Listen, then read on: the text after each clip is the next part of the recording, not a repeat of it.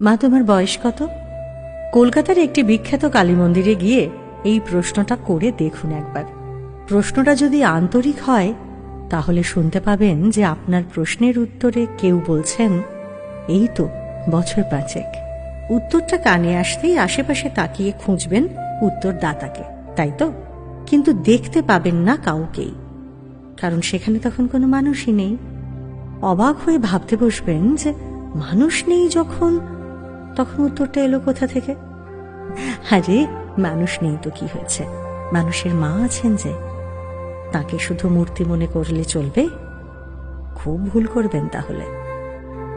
খাস কলকাতার বুকে আজ এমনই এক মন্দিরের কথা বলবো যে মন্দিরের মা হেঁটে চলে বেড়ান, কথা বলেন, আবদারও করেন। 5 বছরের এক বালিকা ঠিক যেমনটা করে থাকে ঠিক তেমনটাই করে বেড়ান তিনি। কে তিনি? কোথায় তার মন্দির? আসুন, কলকাতার এক জাগ্রত কালী মন্দিরের কাহিনী আজ শোনাই আপনাদের। আপনারা শুনছেন প্যাস্টেল এন্টারটেইনমেন্ট অরিজিনালস পডকাস্ট মন্দির রহস্য। আজ বলবো এমন এক কালী মূর্তির কথা, যে কালী মূর্তি কথা বলেন, ঘুরে বেড়ান নিজের মতো। শহর কলকাতার বুকে সত্যি এ এক অবাক কাণ্ড। জাগ্রত কালী মন্দির বললেই চোখ বন্ধ করে কালীঘাট কিংবা দক্ষিণেশ্বর মন্দিরের নাম বলেন নিশ্চয়ই। শ্যামসুন্দরী মাকে তাহলে চেনেন না আপনি? এই যে বালিকা মায়ের কথা বলছি, তার নাম শ্যামসুন্দরী। শ্যামের যিনি সুন্দরী তিনি শ্যামসুন্দরী। নাম থেকেই স্পষ্ট বোঝা যায় যে ইনি শ্যামেরও বিশেষ প্রিয়। সাধক কবি নজরুল ইসলাম লিখেছিলেন যে, মনে পড়ে শ্যামা মায়ের কোলে চড়ে জপি আমি শ্যামের নাম। তবে এই গানের ভাব থেকেই কিন্তু এই মন্দিরের জন্ম হয়নি। মায়ের নামের সঙ্গে নজরুলের ভাবটা বড় অদ্ভুত ভাবেই মিলে গেছে। শিয়ালদার খুব কাছেই এই শ্যামসুন্দরী কালী মন্দির, 23 হরিনাথ দে রোড। শিয়ালদা স্টেশন থেকে বাসে, হেঁটে বা অটোয় করে সুকিয়া স্ট্রিট, সেখানে রামমোহন হলের পিছনের বাড়িতে রয়েছেন দেবী শ্যামসুন্দরী। মন্দির খুব বেশি দিনের নয়, তবে মায়ের আবির্ভাব অনেক প্রাচীন। আসলে মা এই মন্দিরে কিংবা বিগ্রহে বেশিক্ষণ আটকে থাকেন না। যে যেখানে তাকে ডাকে সেখানেই স্বয়ং গিয়ে উপস্থিত হয়ে যান তিনি। প্রমাণও আছে হাতে নাতে।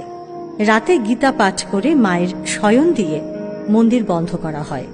দরজা খোলে পরের দিন ভোরে। দরজা খোলার পর প্রায়ই দেখা যায় যে মায়ের পা ভর্তি ধুলো। খালি পায়ে সারা রাজ্য টই টই করে লোকজন ওঠার আগেই তিনি আবারও মন্দিরে এসে ঢুকে পড়েন। ছোট্ট মেয়ে যেমন ঠিক ঘরে ফিরে আসে শহরের আনাচে কানাচে ঘুরে, ঠিক তেমনটাই করেন শ্যামসুন্দরী। তিনি যে বালিকা তা তাঁর মুখখানি দেখলেই বোঝা যায়। মুখখানা বড় মায়াময়, দেখে দেখে আশ মেটে না যেন, এমনই তাঁর হাসি। সবসময় যেন টলটল করছে তাঁর মুখখানি। এই কচি কাঁচা বয়সের মেয়েটিকেই তো দেখেছিলেন মন্দিরের পুরোহিত। সে এক মারাত্মক ঘটনা। সেদিন মহালয়া, অমাবস্যা। মন্দিরের পুরোহিত মশাই গেছেন বাজারে। নিজেই বেছে বেছে মায়ের জন্য বাজার করে আনবেন। মন দিয়ে সবজি কিনছেন। এমন সময় এক বিপত্তি। একটা বছর 5-এর মেয়ে, গায়ের রং কালো মতো, চোখে আবার কি সব লাল রং টং লাগিয়ে পুরোহিতের পিছনে এসে দাঁড়িয়ে সমানে ঘ্যান ঘ্যান করেই যাচ্ছে। একটা টাকা দাও না বাবা, খুব খিদে পেয়েছে। পুরোহিত তো দিয়েছেন এক ধমক, খেটে খেতে পারিস না, যা নিজে রোজগার করে খা। বকা টকা খেয়ে মেয়েটা তো চলেই গেল। পুরোহিত মায়ের বাজার টাজার করে ফিরলেন অবশেষে মন্দিরে। দুপুরের ভোগও হয়ে গেল। সময় গড়িয়ে বিকেল। এই মন্দিরের নিয়ম হলো প্রত্যেক অমাবস্যায় বিদ্যুতের আলো নিভিয়ে একেবারে অন্ধকার করে প্রদীপের আগুনে মায়ের পুজো করা হয়। সেদিনও তাই হচ্ছে। আরতি করার সময় প্রদীপটা যেই বিগ্রহের সামনে তুলে ধরা হয়েছে, অমনি পুরোহিত মশাইয়ের এক প্রবল অস্বস্তি শুরু হলো। মা কোথায় গেলেন? জায়গাটা কেমন ফাঁকা ফাঁকা মনে হচ্ছে। শিব ঠাকুরও কেমন যেন মৃতের মতো পড়ে আছেন। মনে মনে চমকে উঠল।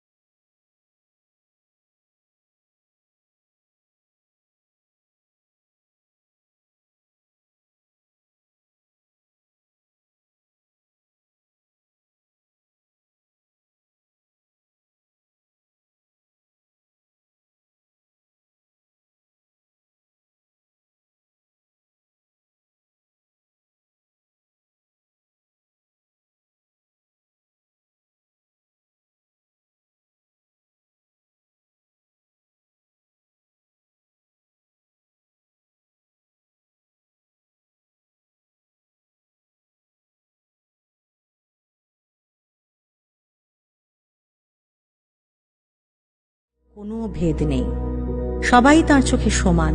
শুধু তাই নয়, পুরোহিতের কাছ থেকে চাল আর কলা খেতে চেয়েছেন তিনি। সেই প্রথম প্রকাশ, সেদিন মহালয়া।